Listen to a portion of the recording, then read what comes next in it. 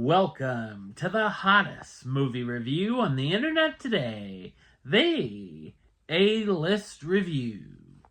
I'm your host, the Game Changer, Wes Troop, and it's time to go back to the theater. And this is a British comedy that's been getting a lot of buzz. My review of the 2025 comedy, The Ballad of Wallis Island, coming up now.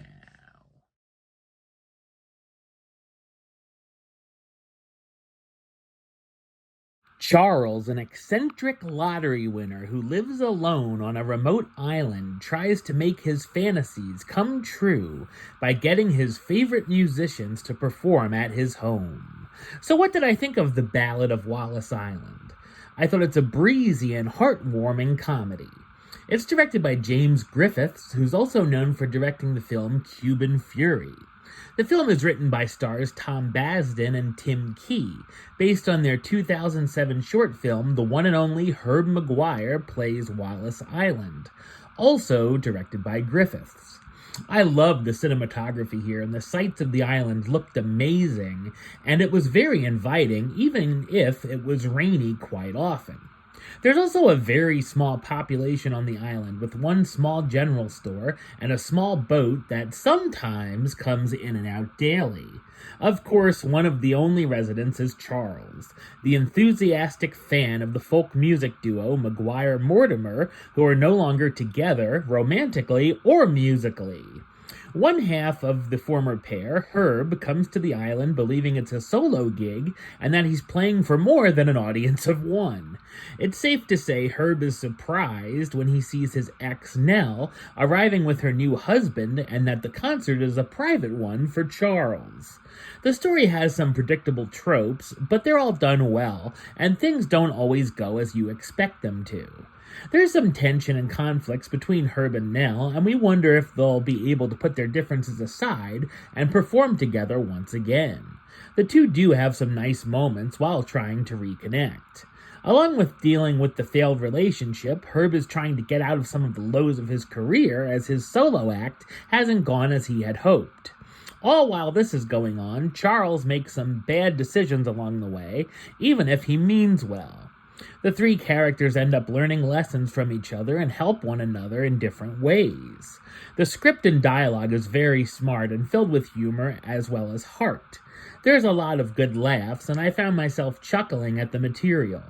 It's mostly due to the brilliant comedic timing of Kay. Charles is very awkward and is quick with puns and interesting humor.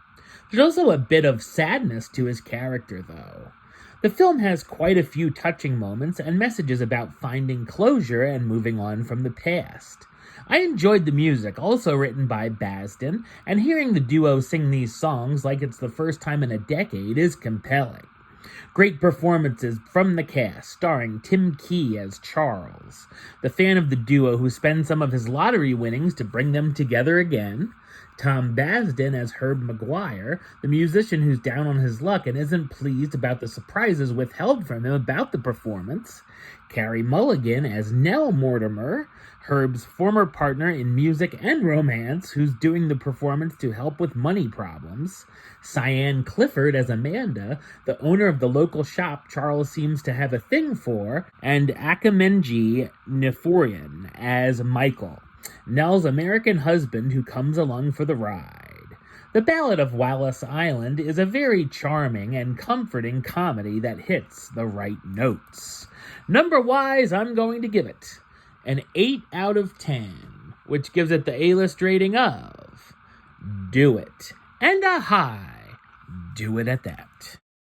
Alright, well that's the show. I'll be back with another review very soon. But until then, don't forget to like, comment, and subscribe right here on YouTube. YouTube.com/Westside515. Like the show on Facebook, Facebook.com/WestTroopAlist. And of course, you can follow me on the Instagram and Letterboxd at WestAlist. Until next time, Troop out.